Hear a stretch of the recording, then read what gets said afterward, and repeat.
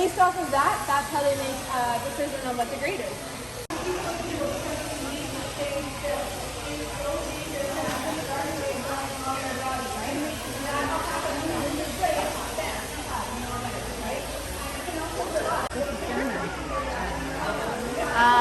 And so this will go to be blended with 30%. So while Bashir is on the table, there's going to be a few things happening to him because we like to get everything out of the way at once so we don't have to catch them more times than we need to, right?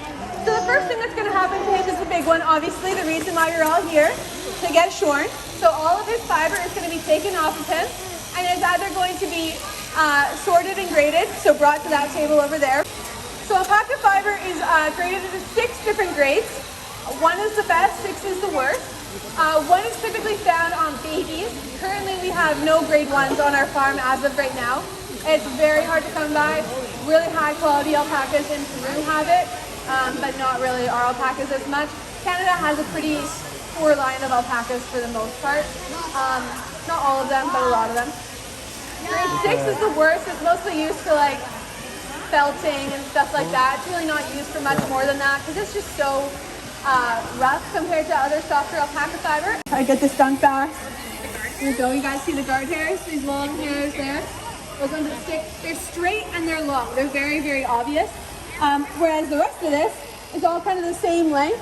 And you can see, it's a little bit hard to tell with him, but there's a little tiny bit of crimp to the fiber. You guys can see that little bit of crimp, like someone took like a, what are those things called? Like the 3-1 things for your hair? Yeah, like that to it.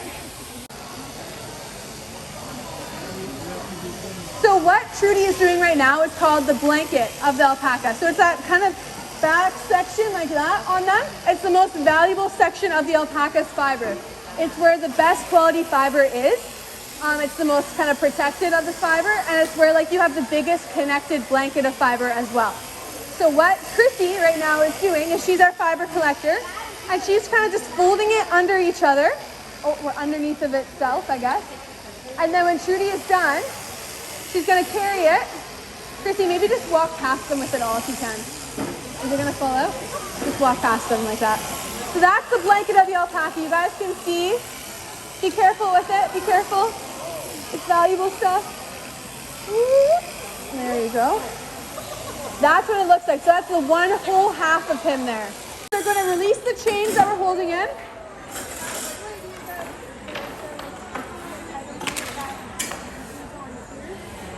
Just like right there. Yeah. So they're going to take off his chains and they're going to very nicely get him off of the table, nice and gently. It's really tight, so we're just going to replace his halter really fast. You don't want to. That's what he looks like right now. You have to be careful when you change his halter. Get a different halter. Get a different halter for him. So basically right now the halter that is on his face is too tight on him, so we're going to switch out his halter. Because alpacas have a very soft part of their nose, kind of like we do right here. And if it's compressed, they can't breathe very well, and it kind of stresses them out more than we need to. So we're going to put a bigger halter on him just because he has a really big nose. We have to be careful because when the halter's off, he can escape and run off. So we have to be careful. Good boys. Okay, I was a little, that one's going to be way too small on him. Yes, that's not it. Yeah, they go down by the color. So right now we have a little baby on the table. Her name is Harissa. If you've been here already, you've probably heard me mention her because she is freaking adorable. She's got a little pink halter on too, so cute. This is her second time being shorn ever. And her mother is this one with the black halter right there. Is her mother. Her mother's name is Honey.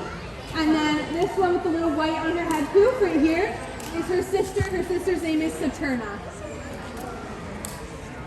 Her sister is like 4 though, so she's a bit older.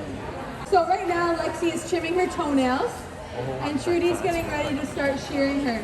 Trudy is the best of the best. She shears alpacas so fast. Most people take a while to shear an alpaca, like 20 minutes. Trudy's got it down to 8 minutes. So she is pretty amazing at this.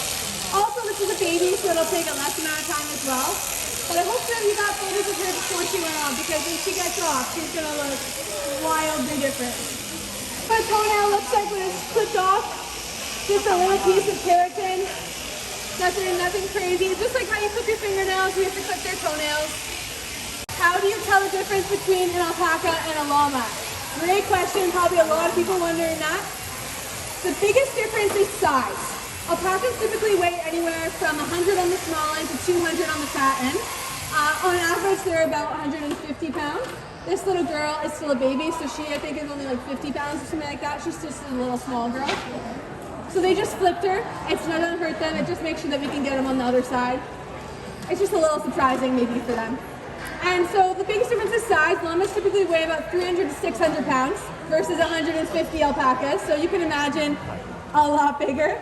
Because of their size, llamas are typically used as pack animals versus alpacas normally are used for fiber animals. That being said, llama fiber can be used for textile products, but it's much coarser, more like sheep fiber, except less oily.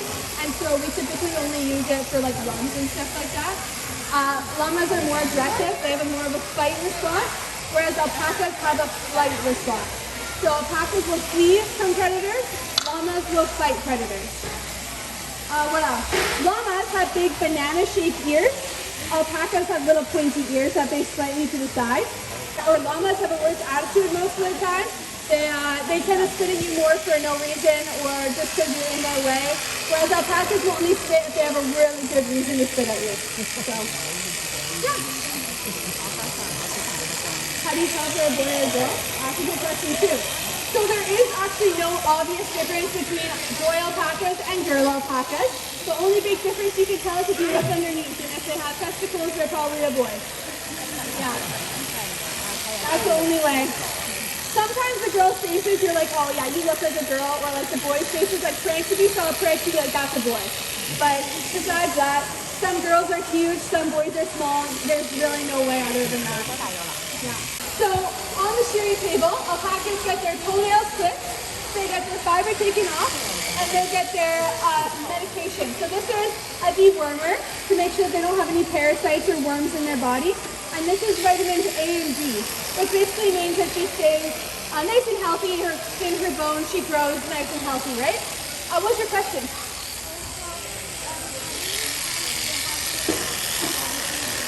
Oh, good question. Good question. So how many times do you have to do this a year? One time. One time every single year around springtime, so that they're nice and cool in the summertime and nice and warm in the wintertime. In Peru, sometimes they wait 2 years to shear them, just because they live more wild lives, so it's a little bit harder to bring them in. And they do get quite cold up in the Andes, but for the most part, 1 year. So now I'm going to give Carissa her meds. We just give them to her right here on her body, where it's nice and fatty and not very painful.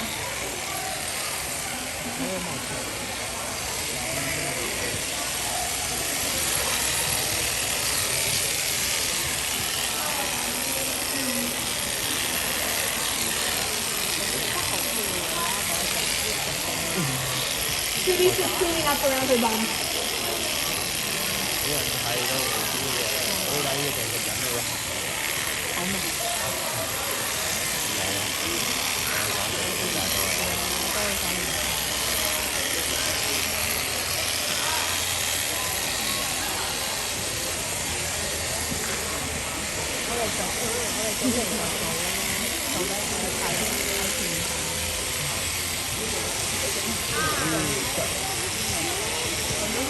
I'm done. Okay, so 2 seconds and she's over. 下一句了。 Okay, so in case anyone wants to see a bunch of alpacas get fed, my sister Bethany is in the black right there. She looks like me, it's pretty easy to tell. She is going to be leading an information session. So if you want to feed or watch alpacas get fed and learn some more fun facts, then she will be doing that. So if you follow her, she will be feeding alpacas in that field. It's a pretty cool experience. She has lots of fun facts that I don't think I've been telling you, but maybe I have. So right now we're letting Carissa off of the table. Get ready guys, it's a big reveal. There she is. 变好小一只。 Good girl. Okay, now come on. Sometimes they don't really want to walk very much after being on the table. Watch Alex. So this is Honey. Honey is her mom, and she's a little bit more dramatic than her daughter. So you might see some drama here. But this is Harissa now that she's shaved.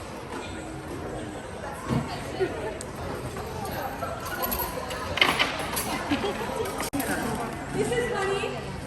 Now I'll shave that.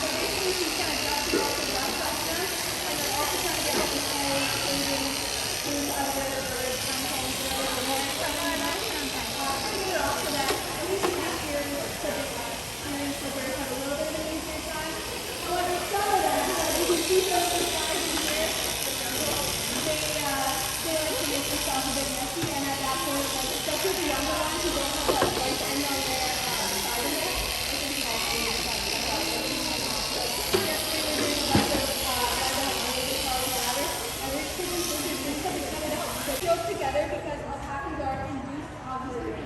It basically means alpacas don't have like humans. They have their dogs or whatever it is. They are induced. So the male makes a sound called an orgle. You ever heard of an orgle? It's a weird sound. I'll try. It's like a that's all that. It's really weird. It's kind of like this. There's some junction in there and stuff. And basically calls it the human ovulate. It's crazy. If she gets pregnant, the next time we come out to breed her, she starts kicking and spitting at him. That's actually all their poo pots. So alpacas poo all in the same spot, and they poo